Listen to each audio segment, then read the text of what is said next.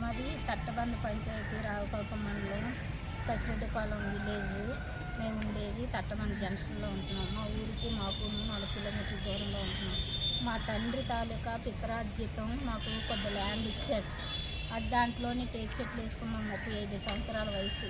ఆ చెట్లు జెట్టప్పలర్స్ అనే ఒక అసామి 6 చెట్లు పోసుకొని అమ్మేసుకున్న దొంగతనాన్ని.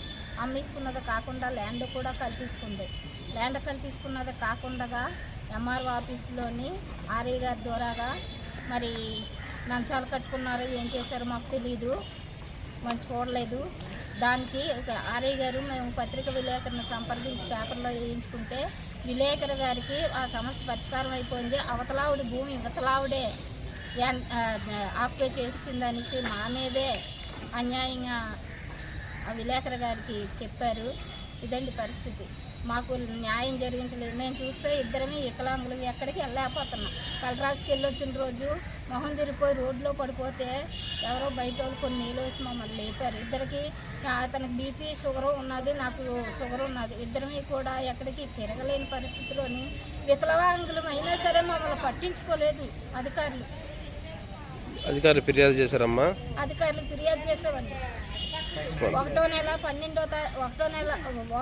12వ తారీఖున కంప్లైంట్ చేస్తే మా 4వ నెల 27వ తారీఖు వరకు ఎటువంటి సంప్రదింపులు లేవు.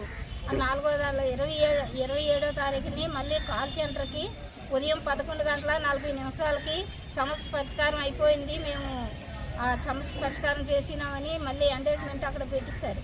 అక్కడ పెడితే మళ్ళీ మేము కాల్ సెంటర్ ఫోన్ చేస్తే అదేటమ్మా మీ సమస్య పరిష్కారం అయిపోయిందని వాళ్ళు మాకు ఎంగేజ్మెంట్ పెట్టారు అనేసి కాల్ సెంటర్ వాళ్ళు చెప్తే లేదండి అంటే మళ్ళీ తిరిగి మీరు కలెక్టర్ గారికి పెట్టుకోండి వెళ్ళి అంటే మళ్ళీ మొన్న 4వ తారీఖున వెళ్ళి కలెక్టర్ గారికి కంప్లైంట్ పెట్టాం. మరలా ఇప్పుడు మా ప్రజా సదస్సులోని ఇక్కడ నర్సీపట్నం ఆర్డీఓ ఆఫీస్కి వచ్చి ఆర్డీఓ గారికి మళ్ళీ ఫిర్యాదు చేసాము. అది ఆ సమస్య మాకు పరిష్కారం చేస్తారని వీలైన త్వరలో